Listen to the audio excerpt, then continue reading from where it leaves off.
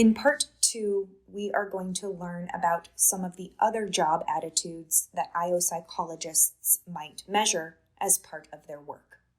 Organizational commitment has to do with employees' attachment to the organization, their psychological and emotional attachment.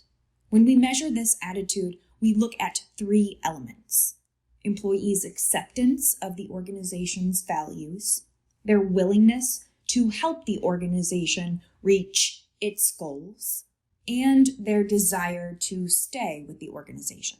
If these 3 elements are present and at high levels, then the employee has a high level of commitment to the organization. There are 3 different types of organizational commitment that we need to consider. Affective commitment is one's emotional attachment to the employer. They stay because they want to. Continuance commitment is a person's perceived cost of leaving the organization. They may stay because they need to, for the money, for the security, for the benefits. Normative commitment is a person's obligation to remain in the organization.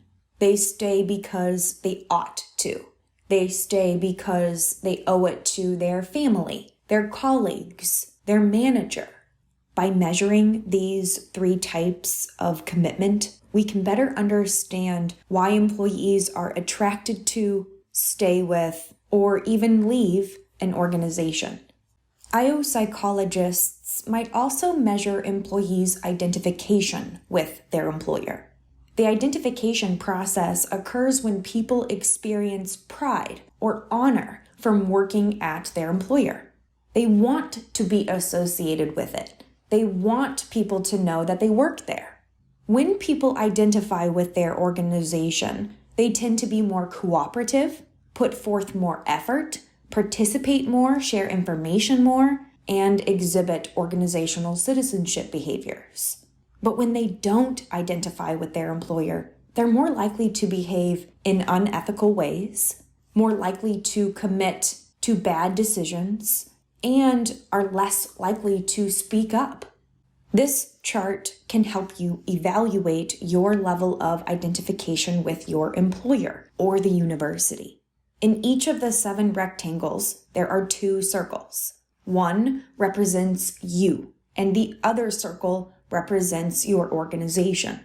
In box 1, the 2 circles are separate with no overlap. This represents a low level of identification. There aren't many similarities between the employee and the employer. In box 7, the 2 circles overlap completely and represent the highest level of identification. Choose out of the 7 rectangles the one that most highly represents the extent to which you identify with your employer, with SIUE, or with your group.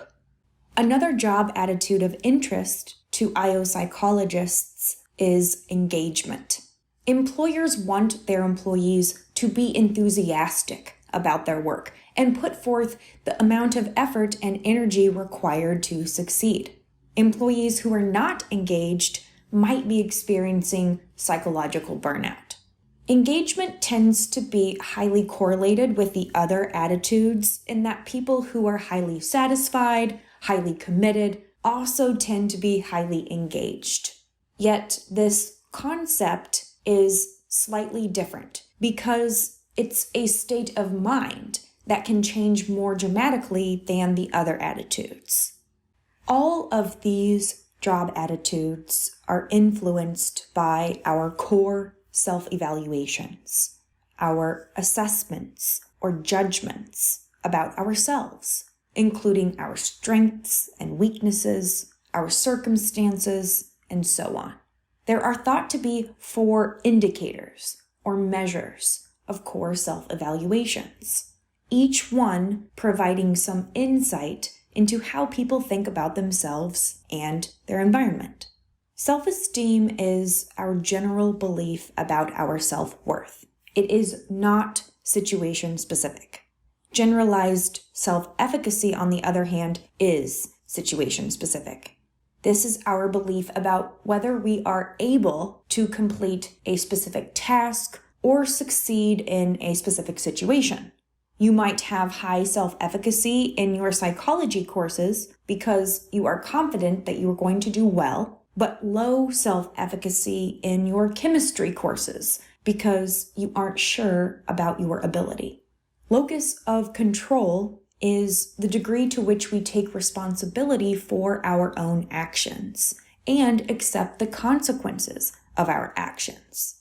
People with an internal locus of control tend to believe that they are personally in control of their actions and what happens to them, while people with an external locus of control tend to think that the environment is primarily responsible for why they behave the way they do. Emotional stability is a personality trait and part of the Big Five model. It represents the extent to which we are secure and relaxed across time, from situation to situation.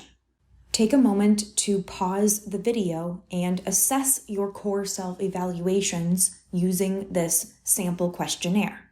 See if you can determine which items are designed to measure self-esteem, self-efficacy, locus of control, and emotional stability.